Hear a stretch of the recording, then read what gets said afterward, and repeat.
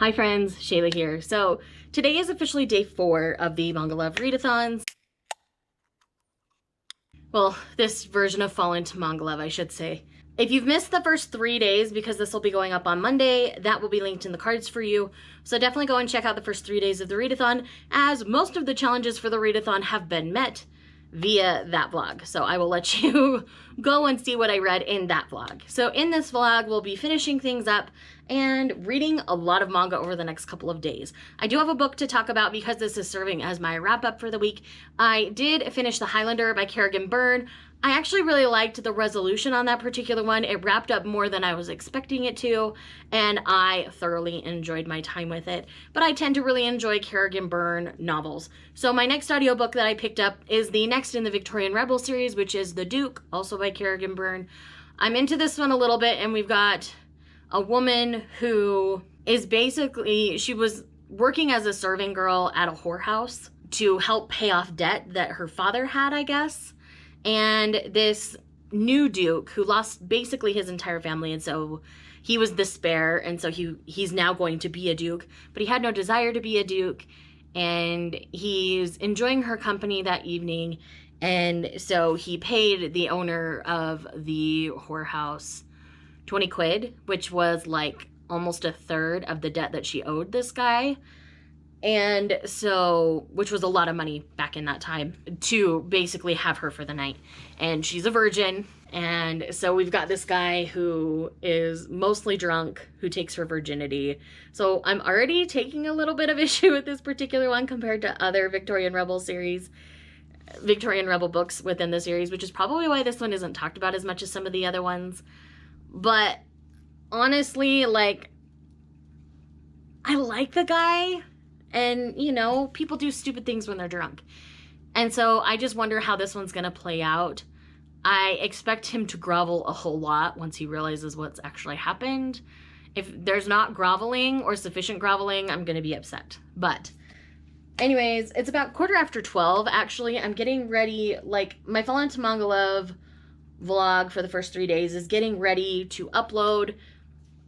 So that's going to be uploaded. If you haven't noticed, I commissioned some channel art. I had this anime depiction done of myself. The artists that I used will be linked down below. Their commissions are open, so if you want to commission an anime bust of yourself like I did, you definitely have that option. And they were great to work with. They stayed within the parameters that I wanted, and the turnaround was pretty quick. It was only a couple days, and I really enjoyed the outcome. And you'll see that that will be more incorporated in the channel over the next little while. So I hope you enjoy it. But I am about to go to lunch with Maeve, as I've said. So I'm going to return the manga that I borrowed from her so that she has that back. I didn't ask her if she wanted to borrow anything else. I guess I should ask her before I head out. But yeah, so I'm gonna quickly do that. Oh, I forgot to mention, hold on. I am a space, and I forgot to put this in my most recent haul, but she had an extra copy of volume 26 of Red River. It's still sealed, mint condition, and I'm gonna keep it this way because even though I have not read this far into Red River is one of those manga series that I really want a repub for, like special collector's editions. They're doing it for all of Rumihiko Takahashi's work. I would love for them to revisit this one because I feel like when this one originally published, there weren't as many people physically collecting shoujo series as there are now, so I feel like it would do really well for Viz, and they still own the license. I have read the first 10 that I purchased digitally, and I really mean to get to more of it. So when I'm back into buying a little money and when I'm caught up on all my current digital titles, that's why I'm not current on some of the digital ones. I want to read through what I haven't read yet before I'm purchasing more so that I'm not just accumulating a huge backlog there as well as my physical collection. But Maeve is amazing. Thank you, love. I really genuinely appreciate that you gave me this. It is so precious that I forgot to talk about it.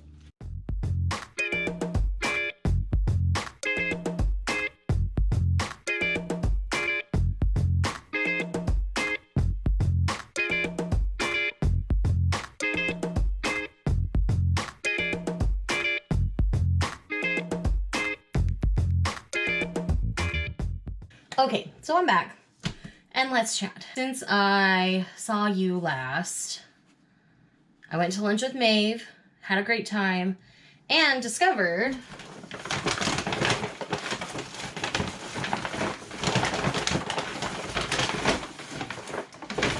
that I didn't leave them in the bag.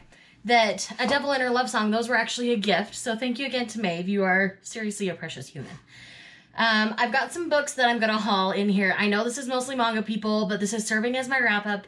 So I'm just going to haul them here. There are things that I've gotten off of ThriftBooks that I plan on buddy reading with a friend soon. But first, let's talk manga. So I read A Bride Story Volume 12, and I love this series so much.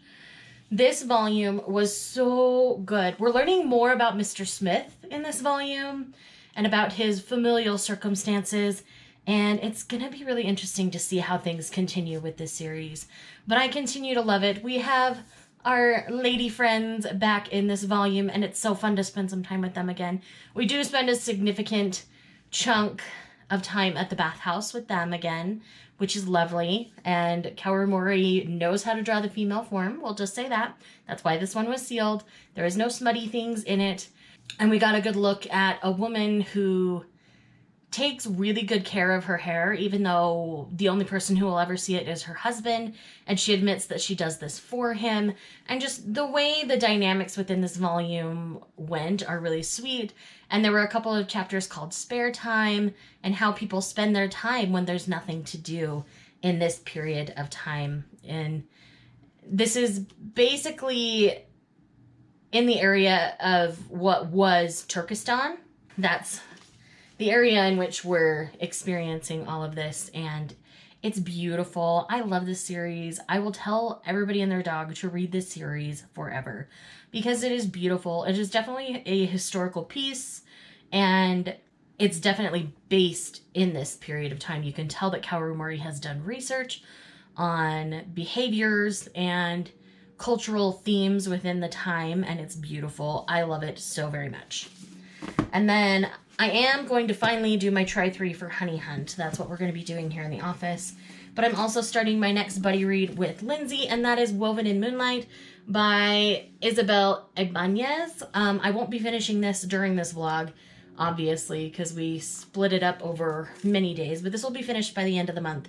So you will see it in the wrap-up of what I read next week. So know that I will be periodically talking a little bit about this in the vlog just because it is something I'm reading. I did get further into The Duke by Kerrigan Byrne as well, and I am really enjoying that situation.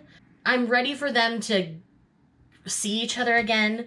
So after my initial impressions, it's been a year that's passed for them, and he's been off doing whatever he does. And he's come back. He has some sort of illness. I can't remember the name right now. And she has had it previously, so she's one of the only nurses that can tend to him. And she's been thinking about him nonstop for the last year. And so it's going to be really interesting to see how it all goes down. So with all of that out of the way, let's haul these things from ThriftBooks. So I have 2 packages here from ThriftBooks. So I've got these and these. ThriftBooks is something, it's a great source if you're looking for like used books or even used manga. I know people have their feelings and their thoughts on used manga, but with my platform, I don't feel guilty buying used because I'm buying so much for one. And for 2, I always link, if it's still in print, I always link somewhere where they can purchase it that's not used. So I feel like I'm helping share the whole thing. So let's pull these out. Ooh, step back, yay. All right. Oh, gotta love that library sticker right on the front. So I've got While the Duke Was Sleeping by Sophie Jordan. Oh, that is a gloriously purple step back. Oh my gosh, I love it. I might do like a purple step back theme one week for Step Back Saturday, because I've got several that are kind of this really pretty purpley kind of color scheme, and that's really lovely. And then I've got a really beat up copy of The Scandal of It All, also by Sophie Jordan. No step back on this one. This was clearly a pretty beat up used copy from a library, and that's okay. I don't mind a book that's a little beat up because it tells its own story. I've never been one that has to have pristine books. Because, like I say, I feel like they tell their own story. And a well-loved book means it's a good book, in my opinion. So, more Sophie Jordans. I got these to buddy read with a friend of mine. So, it's Jen over at the Book Refuge. And love her to bits. So, we've got The Duke Buys a Bride from the Rogue Files. Again, no step back with this one. But this one seems to be in better condition than some of the others. I mean, I have stickers I'll have to peel off and whatnot, but that cover is really pretty, though. All of these covers are really pretty. Sophie Jordan covers are great. Oh, that's a very bent page. That's a little bit of a bummer. Not too bad, though. With some time, that'll flatten right back out. So that's The Duke's Stolen Bride. Spine's a little cracked, but not too bad. The others, surprisingly, don't have cracked spines, but this one does. But the cover on this one is in the best condition. So it's just interesting how things go down. And then I've got this Scott of mine with the original price tag right on it, but that's not what I paid for it, so it's fine. And then last but not least, we have Once Upon a Wedding Night. And again, no step backs. Only one of them ended up having a step back, but that's okay. I don't always get them for the step backs. All of these covers are stunning, so I'm not mad at all about that. I think we're buddy reading this one. I can't remember which one, but the Rogue Files, I love. Definitely looking forward to those. So there's a fun little book haul for you for Sophie Jordan. And now I'm going to dive in to Honey Hunt. Again, I'll be checking in after each volume, as this is a try 3 kind of situation that I'm filming here. So let's go. All right, so I finished the first volume of Honey Hunt, and I have thoughts, and they're not great. I honestly really struggled with this volume.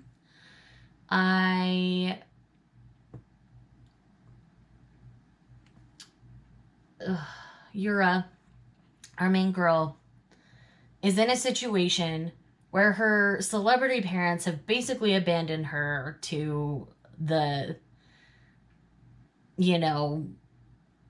crap storm that is their divorce. And I really hate that neither of them even cares about their child. So she's left to fend for herself. She decides she wants to become an actress to discredit her mother that everybody thinks is this amazing woman. And so it's like this actress yet revenge plot, and of course there's 2 guys involved in this, and one is genuinely, neither of them are genuinely interested in her as a human at this point. They want connections with her for their own reasons. One wants the connection to be a potential son-in-law to this actor guy, her dad, and then the other one wants to use what's happening to her as kind of a platform to become bigger. And it's really, it feels icky right now. I'm going to give it one more volume. And if I don't like volume 2, I'm not even going to bother reading volume 3. Because as of right now, I'm really grateful I bought this at the used bookstore, because it's not giving me anything to love about it yet. One of the guys, is genuinely starting to get to know Yura, and I really appreciate that he wants to get to know her, but I still feel shady about the whole thing. So, I'm struggle busting this one right now. Okay, so I just finished volume 2, and volume 2 was better than volume 1. The boys are starting to play more of a part. She still feels betrayed by her manager, and the guys kind of rescue her a little bit from that situation. And the guys happen to be brothers, of course, because that's how manga works. So I am going to go ahead and try volume 3. If I feel like I felt about volume 1, I'm not going to continue. But if I felt more like how I felt with this one, I will keep going. So stay tuned to find out. All right, and volume 3 of Honey Hunt complete. And this one was more along the lines of volume 2. We've gotten more into focusing on the 3 teenagers and what they're up to. So we have these 2 brothers. They're twins. They both like Yura, and they're competing with each other for her. It's silly. And they're both, like, pursuing their careers differently, but they are in celebrity status kind of areas. And so Yura's confused. She likes Kyuta, but why did his name just go away? Haruka. But Haruka's chasing Yura really hard. I honestly think Haruka has more genuine feelings than Kyuta in a lot of ways. But Kyuta's pretty genuine on his own too. So I don't know. I don't know which brother she's going to end up with.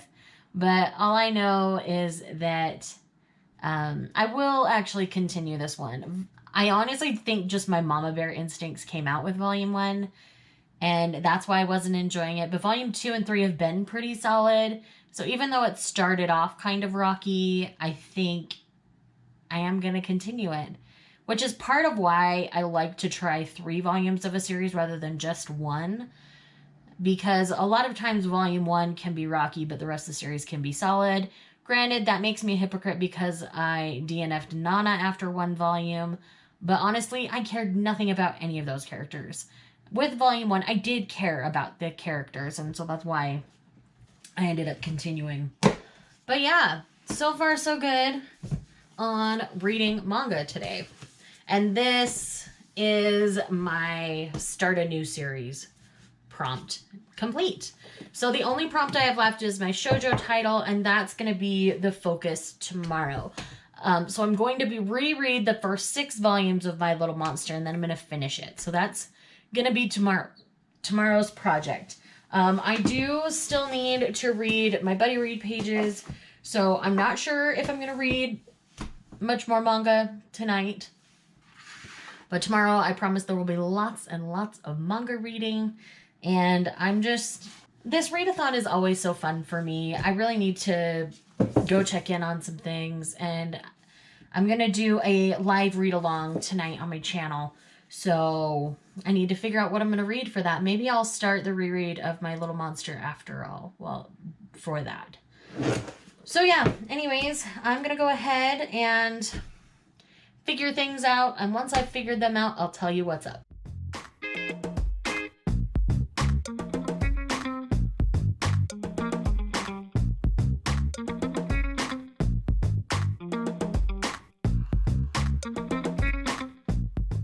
Hi friends, I'm back. It's Friday morning.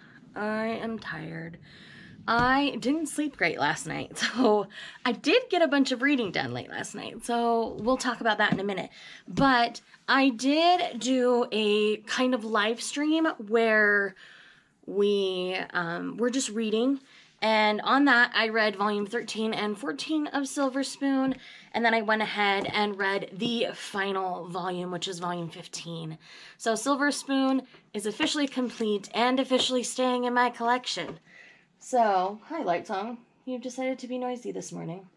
You might go for a ride again, fair warning. I guess I should scoot you back a little bit for stability purposes. There we go. So, Silver Spoon is all about Haichikin, this guy here with the glasses, and his journey to his purpose in life. It does center around the agricultural industry, so know that that's a very prevalent part of the series as well. And it was just so good. I really love how it all turned out. I think it was really well handled. This is clearly a passion project for Himuro Arakawa, more so than any of the others that they've really been involved in. So you're going to go for a ride. Hold on. Are you stopping there? Or are you going all the way to the top? There you go. Now get settled. But honestly, this concluded perfectly. I really enjoyed the journey of Silver Spoon. And, you know, for a shonen, it's really not that long at 15 volumes. So I do recommend physically picking it up and checking it out. This is one that can be educational for your kids later. I mean, some of the stuff within the specifics of agriculture might change over the next, 10 to 20 years. But, to appreciate where our food comes from in a way. Because they don't just talk about, like, the animal side of agriculture. They talk about all of it. They talk about making cheese. They talk about grains. And so it's just a really good educational tool, in my opinion. So I think it's totally worth the investment, especially since it's complete at 15 volumes. For a second, I thought there was one more, but I did a little more research, and 15 is the final volume. And it ends open-ended enough, kind of like the end of Full Metal Alchemist, if you're familiar, where you feel like you have the resolution, but at the same time, it's open-ended. And if Arakawa ever decided to revisit either of those series, I would be totally on board with it. So, with that said, let's move on to the digital things that I read late at night in my bedroom because, you know, I can't sleep because I'm old and I get insomnia. So I screenshot everything to make sure I didn't miss anything. So first up, I read the first 2 volumes of Ex-Enthusiasts. And in this one, we're following a woman who is hung up on her ex-boyfriend that she had broken up with. She realized how great of a guy he was after the fact. She tried to get back in contact with him, but some circumstances with him had changed, and so she wasn't able to get a hold of him. But through her new job, they get reacquainted because he also sells real estate at the same office. So it's one of those things where this is going to be a hit or miss series with people. Our female lead, she is hard to love in the beginning, and I feel like she's going to be the toughest sell in this series. There's a really nice guy that she starts going on some dates with, but he's hung up on his ex as well, and some things like that, and it's kind of fun, it's silly, it's definitely over the top. I would give these a solid 4. They're not the best things I've ever read, but they're not the worst things I've ever read either, so I think this one's worth giving a try and going from there. Next up, I dipped into my e-arcs that I have manga-wise because I only had 3, so I figured I would just read those few last night. So first up is Mermaid Saga by Rumihiko Takahashi, and this is a horror-style mermaid story dipping into the dark places of mermaid and siren lore. This lore is pretty rough and gruesome. You know, basically, you know, if you eat the flesh of a mermaid, you have immortality. But there is a caveat to that. If it doesn't absorb into your body properly, you become this lost soul. So it's kind of like zombies and vampire lore, not vampire lore, mermaid lore, and people who are sandwiched in between. And it is so amazing. It is so, I think I'm just in the right like mental mindset for it because I'm okay with some spookier things right now. This one is classified as a horror because, you know, the only way to escape this curse is to be beheaded. So it can get gruesome. So fair warning, this is not a typical title that I would be talking to you guys about.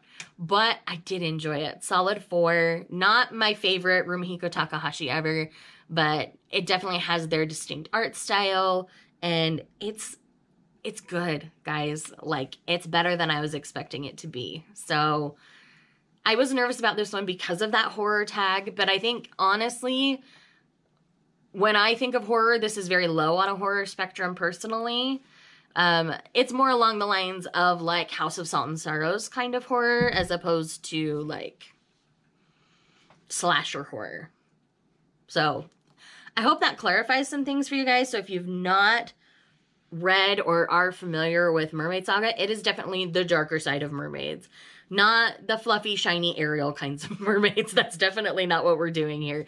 We are doing the dark, more siren kind of lore almost, where it's just definitely the dark sides of mermaids. So don't expect fluffy mermaid things with the title Mermaid Saga. It's dark. Definitely dark. Next we have Fly Me to the Moon Volume 2. With this one, I really enjoyed the continued journey of our couple. We do get to know her a little bit more. She's still got some mystery to her, of course, but she has her struggles. She has her reasons for getting married, and part of them are tied to the family that's been taking care of her for a long time. And So we've got these two kind of stumbling through, you know, their quickie marriage, starting to learn more about one another. It's really sweet. It's really cute. Their whole experience in getting rings was actually really sweet. I really liked it. And I liked his reason for wanting to get her a ring more than like the look of their actual rings. And how that all goes down is really, really sweet. So I'm going to continue to pick up this series. I like a series where a couple gets together like first thing in the series, and then it's kind of slice of lifey for them after that. That's definitely what this series is, kind of. So kind of like My Androgynous Boyfriend, but shonen style, I think is the easiest way to kind of describe the series for me. And that they're actually married and really young, but there are reasons. So I do think we'll get more information later on that one, obviously, but I'm really enjoying it so far and definitely going to continue to pick it up. And then last but not least for what I've read since we talked last is Beastars Volume 9. And this one obviously is early. Volume 8 just came out.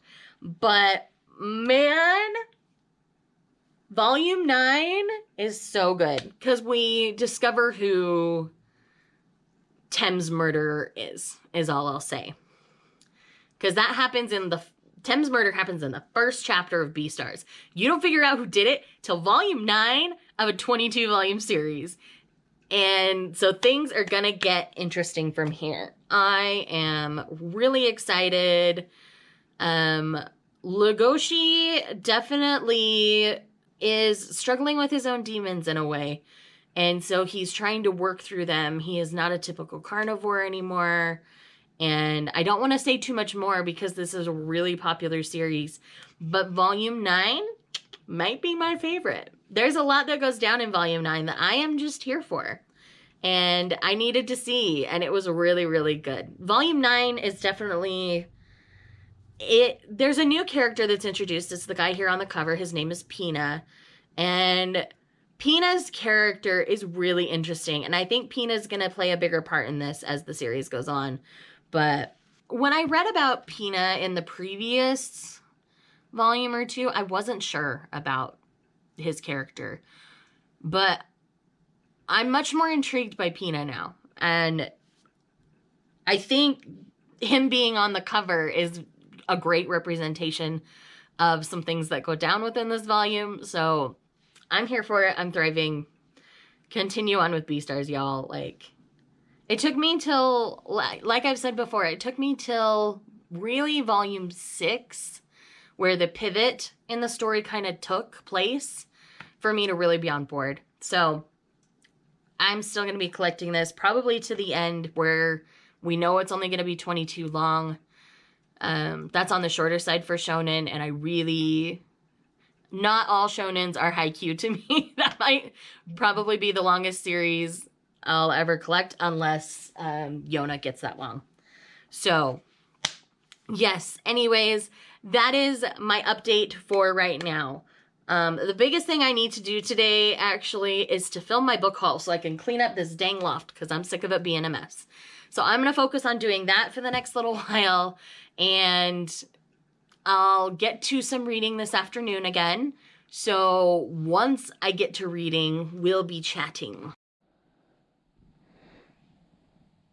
Y'all, this isn't even everything, and I question my life choices at this point. It was not the case.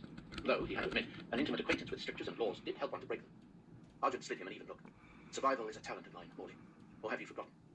Morley hadn't forgotten that once, a long time past, Argent had stabbed him and saved his life all in the course of one night. All I remember is that it is better that we are allies than enemies. Better for whom? Argent didn't smile exactly, but his cold blue eyes danced with amusement. For the both of them. Hi, hello. So, I've done like nothing when it comes to this readathon all day. So, I did get the book haul up. The premiere just finished. It is like 5:30 in the afternoon here. And I cleaned my loft. It looks much better. Like, my little poof chair is all cleaned off now and don't have a bunch of stuff on the floor. So it's not such a crazy mess behind me anymore. But I was able to put all those books away. So the loft is feeling much cleaner, much tidier, and we're happy to see it. That's been my focus. I got that haul. Took me probably 2 hours to film by the time I pulled all the books out, filmed it all, put all the books away, and then it took me another 2 hours to probably edit it. And then there's another hour to hour and a half for rendering. And then the upload time, I basically had to upload it twice. So it's been an adventure today, and I'm honestly kind of burned out. So I'm not sure if I'm going to get any manga reading even in today. I have been blitzing through my audiobook of The Duke by Kerrigan Byrne while I've been sorting books out and stuff and putting things away, and so I've been doing that, but outside of that, like, reading hasn't happened today, and I don't think I have the bandwidth to do it. I mean, I'm well ahead, doing really well. I could even use one of the other things I've read to complete all the challenges, but I do want to read My Little Monster during this weekend. So tomorrow, my workday ends at like 3-ish, I want to say. Outside of that, on Sunday, there's one day where I'm going to have a conversation, like a bunch of my friends want to do a video call kind of later in the evening, and then I do have the Tell It Again live show for House of Salt and Sorrows, this one, which reminds me, I need to post about it so that y'all remember it's happening. But yeah, so yeah, I don't think I have the bandwidth for it tonight. I don't have the bandwidth for much of anything. Hi friends, Shayla here. So it is now Saturday afternoon. I haven't talked to you guys in a while. And I do have some manga that I've read since we last chatted. So let's go ahead and talk about those things. So first up, I read volume 14 and 15 of Assassination Classroom. These are some, I've got like 5 or 6 volumes left to pick up in this series. These volumes were really solid, and I feel like it changed the tone of this series up to this point. And I'm totally okay with that, actually. I really like the direction that it took. So yes, I am definitely going to more quickly pick up the last volumes of the series and probably binge the last little bit altogether. And Light Song is once again upon the cat tree, because apparently whenever I'm here and I'm filming, he decides it's time to come and get in the way. But either way, really enjoyed these. Highly recommend checking out the series if you haven't. I'm really sorry about the ride that you're going on right now, because my cat doesn't know how to deal with his life when I'm filming, apparently. Either way, yes to Assassination Classroom 14 and 15. Then I read Overlord Volume 12. I really enjoyed this 12th volume. I feel like it gave us some connection to characters that weren't previously connected, and that's really nice to kind of bring it all together for sure. And yes, definitely looking forward to more of that. Really, you two, you're gonna play Lick Lick Bite right now. Light Song, just get lost, dude. Cal, leave him alone. Light Song, leave him alone. Okay. Good boys. Are you done whipping the camera yet?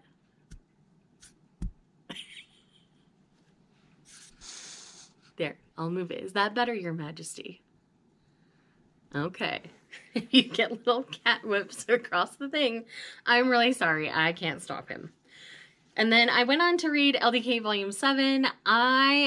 This series is interesting to me. I think what I need to do is read a bunch of it at the same time, because when I'm reading like one volume at a time, I always feel like I want more. So it's just the binging part of things. Now you're going to police where he goes, Light Song? Leave him alone. Are you going to go get him? Are you going to make my people go on a ride again? Are you okay? I'm going to turn you around so you can see him. Excuse me, sir. Are you okay? Are you okay? Are you done now? But yes, I think I need to read this like in bigger chunks. So I need to get like 3 or 4 volumes before I read a chunk of it again. Because yeah, I'm always left wanting more when I'm reading one volume. So I think that's what I need to do till I'm caught up. And then I did also read Volume 7 of Your Lie in April. This one, I'm okay to just like jump in, read one volume, and such. I only have 2 to 3 volumes left to collect of this one. I'm getting to the end of it, and it's to the point where things are starting to get sad, so I'm okay to read this slower, and I already know the whole story, so I just read it as I bring it into the collection. Most of the time, it just took me a little while, a little longer than normal to get to this one, but I did enjoy it. And then I also read Volume 1 of The Sacred Blacksmith. I got this for my birthday, and this was really interesting. Like, there's really only like 2 chapters in this first volume, but they're long chapters, so I was totally okay with it. And we definitely have an interesting cast of characters in this one. In this one, we're following a young woman named Cecily Campbell. She's very proud of her family heritage and carries around her family sword. Her family sword breaks, so she's looking for someone to repair it or fix it or make her a new sword with the same hilt. And she comes across this young man named Luke Ainsworth. And Luke Ainsworth is a swordsmith beyond swordsmiths, essentially. But in this world, for whatever reason, a lot of blacksmiths don't make swords anymore. And we've not been told why yet. But it does make for an interesting plot point because Luke is very knowledgeable in wielding a sword and crafting swords. So this is going to be an interesting series. I'm definitely going to have to track down more of this one, and swiftly, because I am very intrigued and very interested in what's going on here. I've got a friend doing a big live read-along extended thing tonight, so I think I'm going to participate in that, and maybe even potentially be on it. If I am on it, I will leave it linked in the cards for you so you can check that out. But I'm going to start going after My Little Monster in this one. So, yeah. So, volumes 1 through 6 are going to be a reread for me. So, I'll just kind of sum up my thoughts by the end of volume 6, and then we'll jump into the stuff that's new to me. Because I have talked about all of this on my channel. I don't know where, but I know I've talked about it. And so, yeah, that's how we're going to do this next little part. And yeah, I think that's all I've got to say for right now. Hello, welcome back. Well, it's not welcome back, it's hi, I'm back. So I did get some reading done last night. I was on Tamika's stream pretty much the whole 3 hours. Well, I was on the whole 3 hours. It was a lot of fun. I will leave that linked if you ever just want like pseudo reading sprints, so you can check that out. But on that stream, I did reread 4 volumes of My Little Monster, as well as a good chunk in The Duke by Kerrigan Byrne. I've got like 2.5 hours of that. If I can find some time today, I might try to knock the rest of that one out. If not, then I'll finish listening to it tomorrow. So that might not be in this wrap-up. That might be in the next one. But I can tell you I'm loving it. The angst factor is great. So my insomnia decided to hang out with me again last night. So I did some late-night reading. But I didn't read any manga. I felt like I needed the break so that I was able to enjoy the rest of My Little Monster today. So what I ended up reading, I ended up finishing A Princess by Christmas by Julia London. This is out October 13th, I believe. My releases on my radar video should be out for you guys by now, so that should be linked in the cards. If not, then you can just look on my channel. It'll be the last video.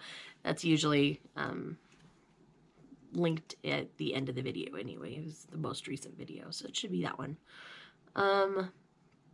I ended up really enjoying this. Obviously, we have a visiting dignitary. He ends up being a lost son of a king, and he's trying to protect his father and their kingdom in his own way. And a woman kind of on the outskirts, a little chatty, not, you know, she's a widow, not necessarily a proper lady by England society at the time. And they hit it off. Our hero is mostly deaf, so he cannot hear out of, I believe it's his left ear at all, and then a lot of his right ear, it's pretty diminished. So we have a mostly deaf hero, which is really great. I think that, you know, that was a nice element to the story that added some drama to the couple without really adding drama to the couple, because he was a prideful man and he didn't want to admit it. But once she figures that out, I mean, she kind of had on her own, But once he confirms that, like, she's able to be more courteous of that without being noticeable. And it's really sweet. I really liked them as a couple. And I definitely think you guys should check this out. The other thing that I read was an arc of Tudor Christmas Tidings. This one's out on the 1st. So this one will be coming out this week when you're seeing this video. And I really had a good time with this one. All 3 stories were really sweet. If you were expecting, like, in the middle of the Tudors drama, that's not really what you're going to get in this one. This is all stories of the people around the Tudors, and they're much more sweet in their nature to me. Like, the angst factor between the couples was great. My favorite was the middle couple. That was Pippa and Kit. That's an age gap romance, a 10-year age gap where she is older, and we love to see it. It was really, really good. She was a woman who wasn't able to have children with her first husband. He became abusive and cruel, but he ended up catching a sickness and dying. So she was left a widow, and she felt guilty for feeling happy that her abuser died. And so that played a big part in the story. And Kit is a person that she came into contact with when she was married to her first husband, but she showed him kindness and not many people had. And that stood out to him. And so for 10 years, when they weren't really, like, connected, he compared everyone he knew to Pippa, and no one lived up. And he's like, I only want you. You're available. Let me have you. And so it takes a lot of convincing on his part, but it was really, really sweet. And yes. So if you're expecting this to be the actual Tudors, you're going to be disappointed. But for me, I liked seeing the stories around all that drama. Like, the first story is about a couple who become betrothed as kind of like familial alliance to support Henry Tudor. And so their relationship and potential marriage hinge on whether Henry and I believe it's Elizabeth get married. And so that was probably, like, the most, like, in middle of the drama as I felt of the 3. My least favorite was the last one. I'm not sure who wrote that one, but that one just didn't really have any staying power to me. Like, it was fine. It wasn't bad. So I'm giving the whole collection 4 stars because I felt like the first 2 were really strong and I really enjoyed them, but the third one was not so much. So I feel like 4 stars is really fair considering there were 3 stories and I enjoyed 2 of the 3. So I know a lot of people loved all of them. I didn't really care for the last one. It's more like the fallen aristocrat and the rich guy. And it's just not my favorite trope. So I didn't really enjoy it. So anyways, that's everything that I've read recently. This is serving as my wrap up for the week, which is why you're getting the book stuff. So if you're not here for the book stuff, I'm really sorry. But reading plans for today. If I can, finish The Duke. But mostly, I'm going to be focused on finishing up My Little Monster. That's going to be the reading plans for today. Okay, just reread volumes 5 and 6. I forgot all the family dynamic here with Shizuku's mom. And the